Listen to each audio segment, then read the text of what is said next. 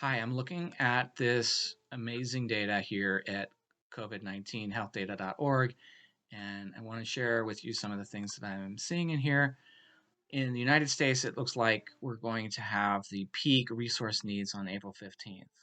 And this resource has kind of pretty amazing data here. IHME is world-renowned, super high-quality data, so I think this is as good as it gets in terms of the data that we have.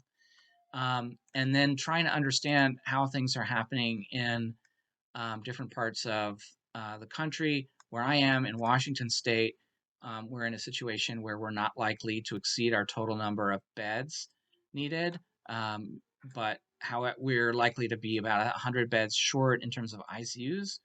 And I don't know how accurate this data is in terms of on the ground need in specific hospitals, but things look okay from the all beds and ICU bed situations, and I have no idea whether the ventilator count that we have is adequate. Now, the thing is that if you look at a state like New York, things get really different and very, very concerning very quickly. In New York, they have so many fewer beds than what they need. They need something like 35,000 additional beds and almost 10 times the number of available ICU beds as they have. So it's just a massive need. So I took this data, which you can download yourself and check this, and I wanted to try and understand what is the difference in different areas in terms of how much need there is, and actually more importantly, when are these peaks happening? So this is just kind of a crosstab, so to speak, of the different data sets. This is the New York peak, which it looks like it's going to be very soon, like April 8th. New York is going to have a peak death rate of over 500 people in one day if trends continue. And we're only 2 weeks away from there, a week and a half away from there. It's unbelievably how soon it is. But it's very different in different parts of the country. Here it is looking like it's as far away as the end of April. And for some states, it's as far as the end of, in mid or late May.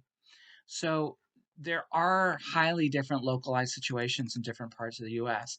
Just looking at the top 10 states in terms of population, this is kind of, like a rough idea of what I'm seeing from this data. It looks like New York is going to be the largest and first to reach its peak death rate as far as states in the US, followed by Michigan, which is a surprise at such a high death rate peak. New Jersey, Ohio, Texas, around mid-April. It looks like the peak is going to be for those states around then. And then the peaks are going to continue 21st for Washington, which seems odd given the fact that we were one of the first states to start having this. But at any rate, that's the projection from IHME. Any rate, just wanted to share this because we are in for a big, long ride, and information is very different, and our situations are going to be very different in different parts of the country at different times. Um, Overall, if the United States is the epicenter of this crazy thing, we still have a good bit ahead of us, but it doesn't look like it's going to be a huge issue, at least in much of the country, after something like mid-May, late May, sometime in there. Obviously, the consequences will continue after that.